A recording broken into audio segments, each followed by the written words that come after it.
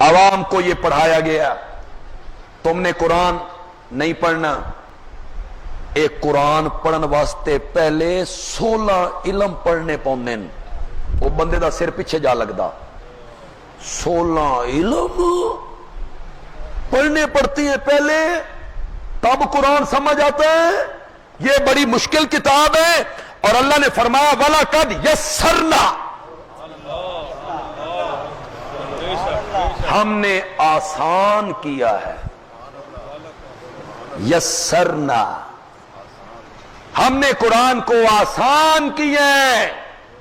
فَحَلْ مِن مُدَّكِرْ, ہے کوئی آدمی جو تھوڑی سی توجہ کرے اور ہم اس کا سینہ قرآن کے نور سے روشن کر کے رکھ دیں.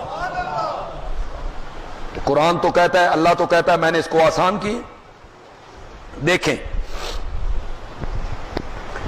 میں آج نوجوانوں سے, دوستوں سے بات کرنا چاہتا ہوں. انگریزی کا ایک لفظ بھی اردو میں استعمال نہیں ہوتا.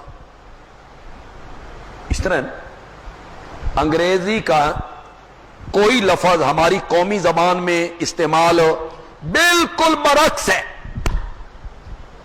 اس کے باوجود آپ انگریزی پڑھتے ہیں, انگلش پڑھتے ہیں, انگلش کے گرامر سیکھتے ہیں, پھر آپ انگلش لکھتے ہیں, پھر آپ انگلش پڑھتے ہیں, پھر آپ انگلش سمجھتے ہیں.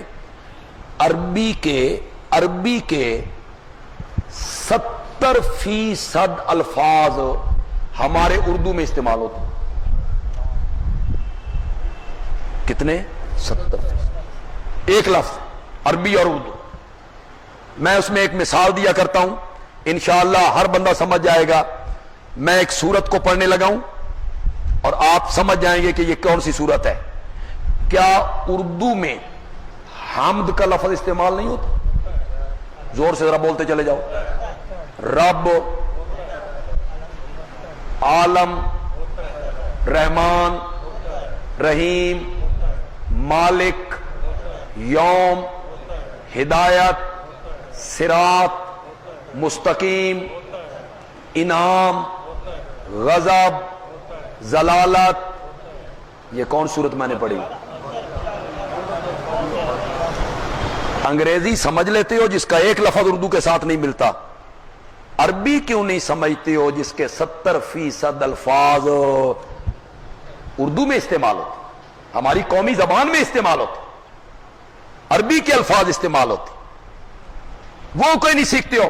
پھر ایک بات میں آپ سے کہنا چاہتا ہوں,